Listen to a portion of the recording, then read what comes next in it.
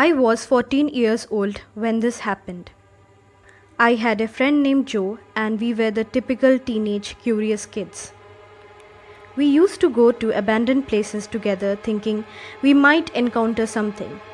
At first, nothing happened actually. We made fun of rumors about the abandoned places and continued our practice of going to restricted places. One day, Joe called me late at night around 3:30 am with trembling voice. He told me he had a nightmare. There was an empty place back of an old motel at my place.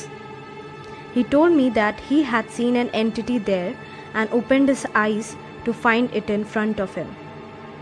He asked me to come with him to check that place out. We went to that place, and to my knowledge, we found nothing that day. I was a bit annoyed by all of this.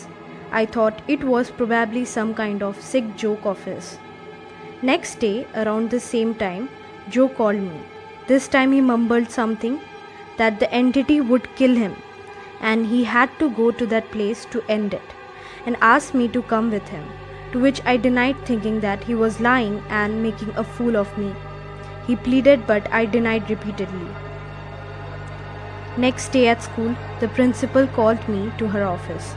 She said that she was sorry because Joe had been mauled by a wild animal at the back of that same old motel we went that day. I was shocked, and I knew that it was not a wild animal, but had to be that entity who killed him last night. I was feeling guilty and was too scared to tell the real story, plus no one would actually believe me. Few days later, out of guilt, I went to that place. I remember it was raining heavily that night. I had a flashlight with me and carried a stick in case I encountered some animal.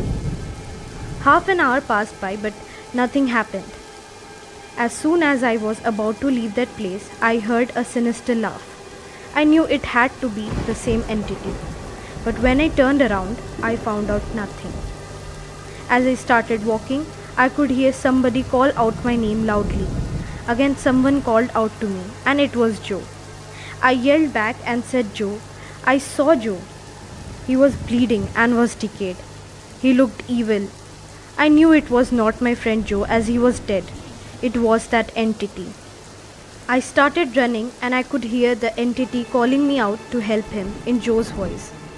I didn't turn back and kept running until I reached my home, and there on the stairs connecting my room, I saw Joe with the body of that entity.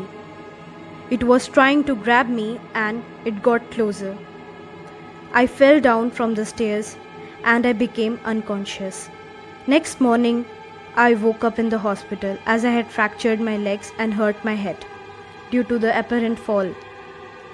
I don't know if the entity had latched on to me as it did with Joe, but it is sure as hell that I am not wandering off to abandoned places.